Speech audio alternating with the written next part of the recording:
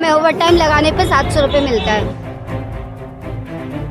एक बार भी नहीं बढ़ी है। पिछली साल बढ़ी थी 29 रुपए। हमारे देश के मोदी जी योगी जी खराब नहीं है। आपको बताने का नया नहीं है, सुनना क्या है, सुनने नहीं आया हूँ।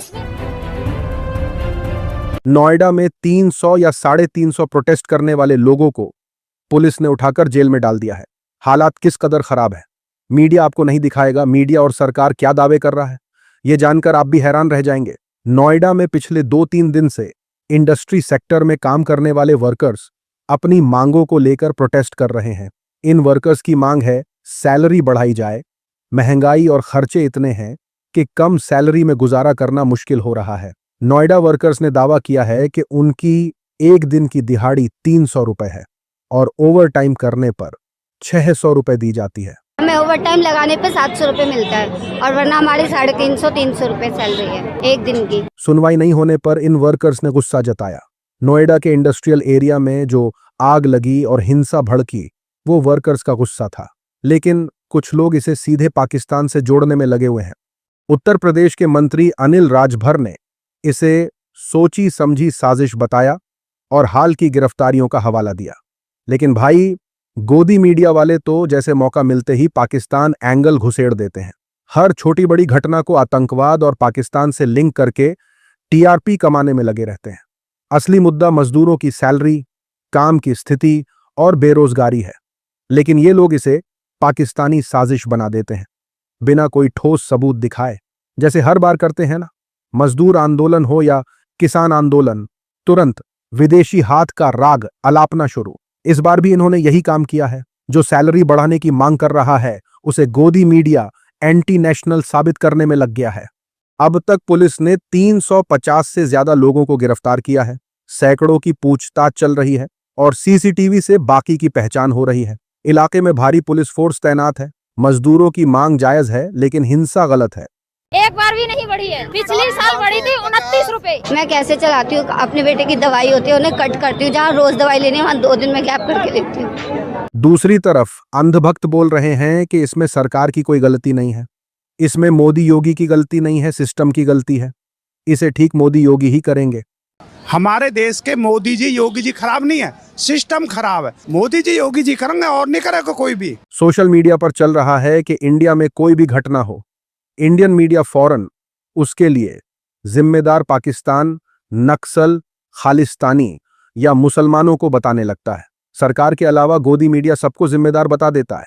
साथ ही साथ सीनियर पत्रकार रोहिणी सिंह ने कहा, जिन चैनलों ने पहले 100 करोड़ की बेकार सरकारी साजिश की कहानी चलाई और ब्लैक लाइव्स मैटर की बातों की नकल करके हाथरस के प्रोटेस्ट करने वालों को देश विरोधी दिखाया, वही अब व्हाट्सएप क्यूआर कोड वाली साजिश की बात फैलाकर मजदूरों को भी बदनाम कर रहे हैं। नोएडा का मीडिया एक बेहद घटिया मजाक बन गया है।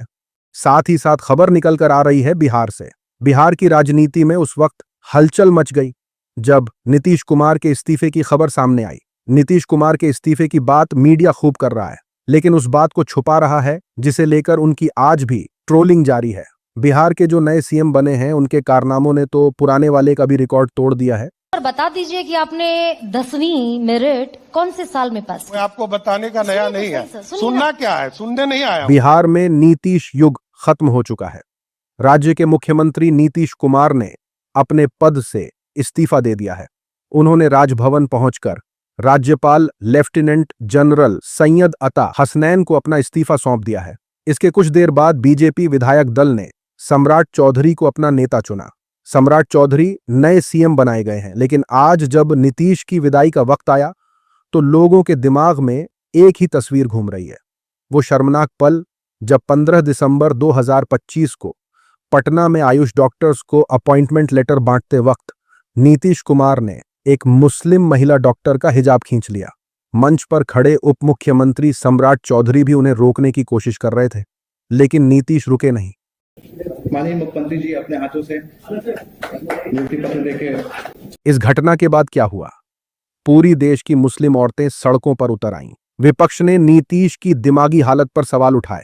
कश्मीर से लेकर देहरादून तक हर मस्जिद में इसकी मजम्मत हुई। उसी के साथ ये खबर देखिए किस तरीके से राइट विंग के लोग एक बच्चे का सहारा लेकर ध्रुव राठी को टारगेट कर रहे हैं। ध्रुव ने डीएस एजुकेशन के आर्यन को 1 महीने पहले खुद कमेंट में वार्निंग दी थी, आप में पोटेंशियल है, अपना कंटेंट खुद बनाओ, मेरे क्लिप्स कॉपी मत करो वरना स्ट्राइक आ जाएगी। लेकिन आर्यन ने सुना नहीं। उसने ध्रुव का पूरा स्टाइल, थंबनेल, बोलने का अंदाज, बैकग्राउंड सब कुछ कॉपी कर लिया।